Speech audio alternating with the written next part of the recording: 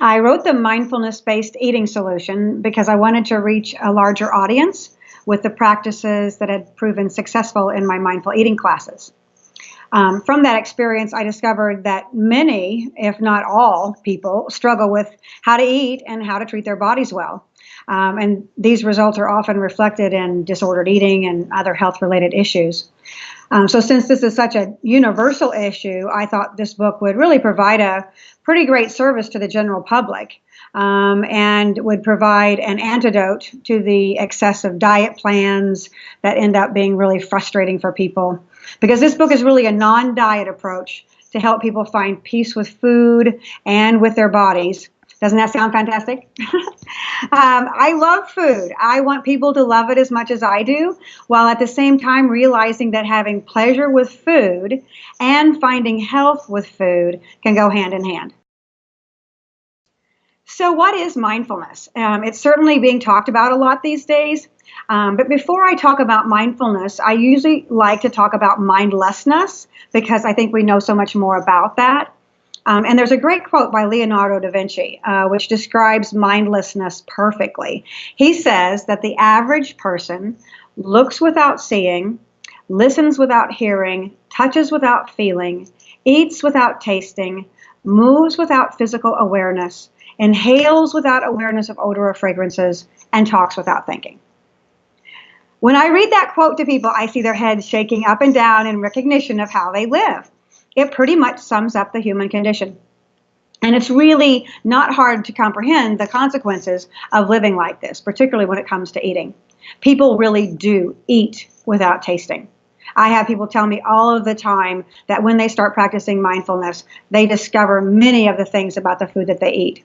In fact, I had one woman that came into the second week of class and said, I don't like anything that I eat, I just hadn't noticed before. And I think that is profound. We can put food in our mouths for years, sometimes many years, and not really taste it. And it's simply because we're not paying attention. I always say I don't have to tell people not to eat fast food or junk food. I just tell them to eat it mindfully and see what they notice. I don't have to ever tell anybody what to eat, right? Just notice and see what you think yourself. So what is mindfulness? So mindfulness is about paying attention to what you can sense inside of you and outside of you in each moment, and to do so with curiosity, openness, and kindness.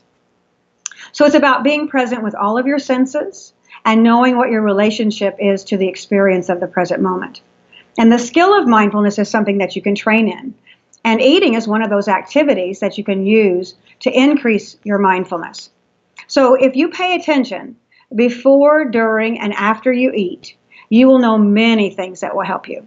First of all, you can assess whether you're hungry or not. If you're not hungry, then in general, don't eat. Notice why you're reaching for food when you're not hungry. Maybe there's something else going on, right? Maybe you're tired or bored or stressed. Those things don't get solved by eating food. You can mindfully assess what it is that you want to eat, right? Take a moment, if you're hungry, assess what you want to eat. Take a moment to determine what would satisfy you in this moment, and if the food is something that you want to put into your body. So once you've decided what to eat, mindful awareness of eating allows you to really enjoy your food. At some point in the meal, you can determine when you are satisfied and when you're no longer hungry.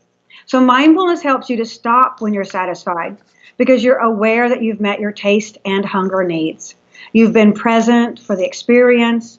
You know that you can always have more later, so even if it tastes really good, you don't have to have it all now. So I developed the mindful eating program described in my book as an antidote to the diets that people try and fail at. So we know that the research is pretty clear that the vast majority of people who attempt weight loss through calorie-restricted diets or other restricted ways of eating, they don't succeed in the long term. Some might lose weight initially, but they go back to the way that they were eating before, and most people regain it and add more back on within a year or so. So our bodies kind of biochemically rebel against the idea of restricting calories by lowering our metabolism, raising our appetite, sometimes permanently. So by taking the focus off weight and onto wellness and lifestyle, people are more likely to make positive changes.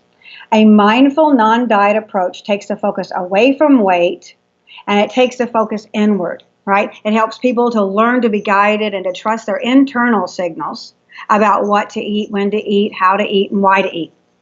Our bodies have great wisdom, but we've cut ourselves off from it. Mindfulness helps us to relearn the wisdom of the body and to respect it. You can learn a way of eating that will sustain you through your entire life, not just for 30 days. So it's also about creating a more positive body image and relationship to yourself as people take better care of the things that they like. So loving and appreciating our bodies is the first step toward making decisions that show respect and care for the body. So the wanting mind is something that everybody has, right? We have the wanting mind and we have the not wanting mind. So you can see these at work very clearly in your own lives, right? So if there's something that I want, I'm grasping for it and I'm wanting more of it and I'm wanting pleasure. If it's something that I don't want, I'm pushing it away and I'm trying to get it to leave and I don't want any more of it.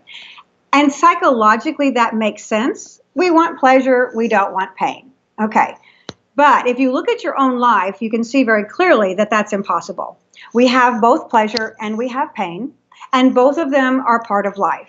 And so what mindfulness practice helps us to do is to embrace it all, right? So when something unpleasant comes along, we just notice it. We don't have to react to it. We don't have to fight with it. We can just notice the unpleasant, and it passes through fairly quickly when we do that.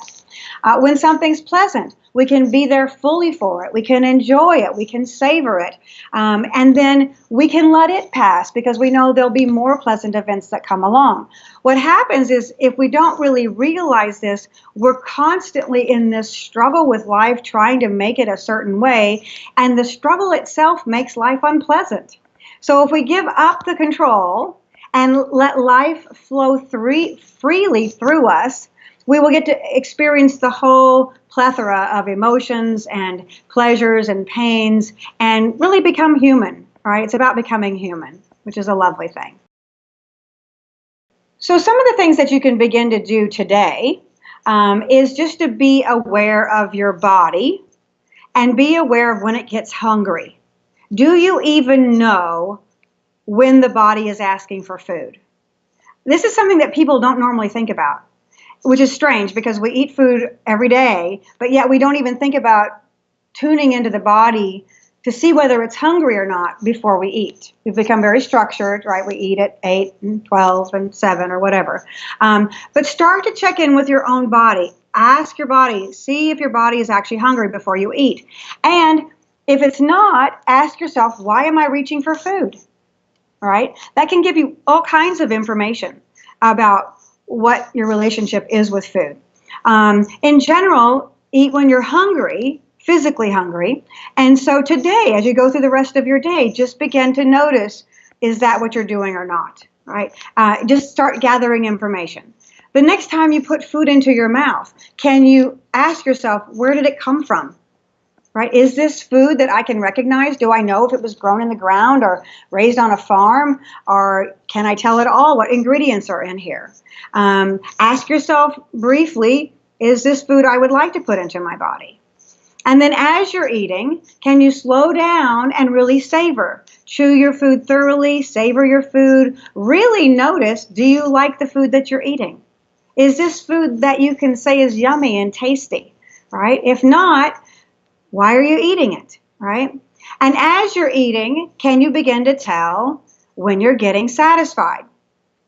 Stopping when you're satisfied and before you get full is a great place to stop. So just notice, when do you stop eating? Is it when the plate is clean, or is it when you've checked in with your body and actually honored it by stopping when it says it's had enough?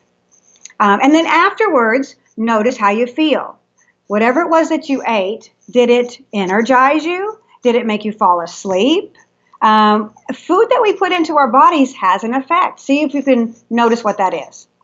So those are some beginning steps like you can do with your next meal, right? The very next time you sit down to eat something, do those things. So you're going to find this audiobook really helpful because it's written in a very conversational way that you can connect with easily. It'd be kind of like having me in the room with you, right? And you're going to find it helpful in particular because there's mindfulness exercises in there. And when those come on, you can immediately go into the meditations, without having to jump out of the book and onto a website somewhere else, right? So it's right there in the audiobook. So like any audiobook, you can take it easily with you wherever you go. You can listen to it in the car, on the plane, waiting in line, when you go on a walk. So you can take it wherever you go. So the meditations that are in the book, you'll be listening to, so you can close your eyes. You don't have to be reading meditation instructions while trying to do the meditation, which is pretty impossible. So the real beauty of having the audiobook is that you can listen to them over and over and over again whenever you want to.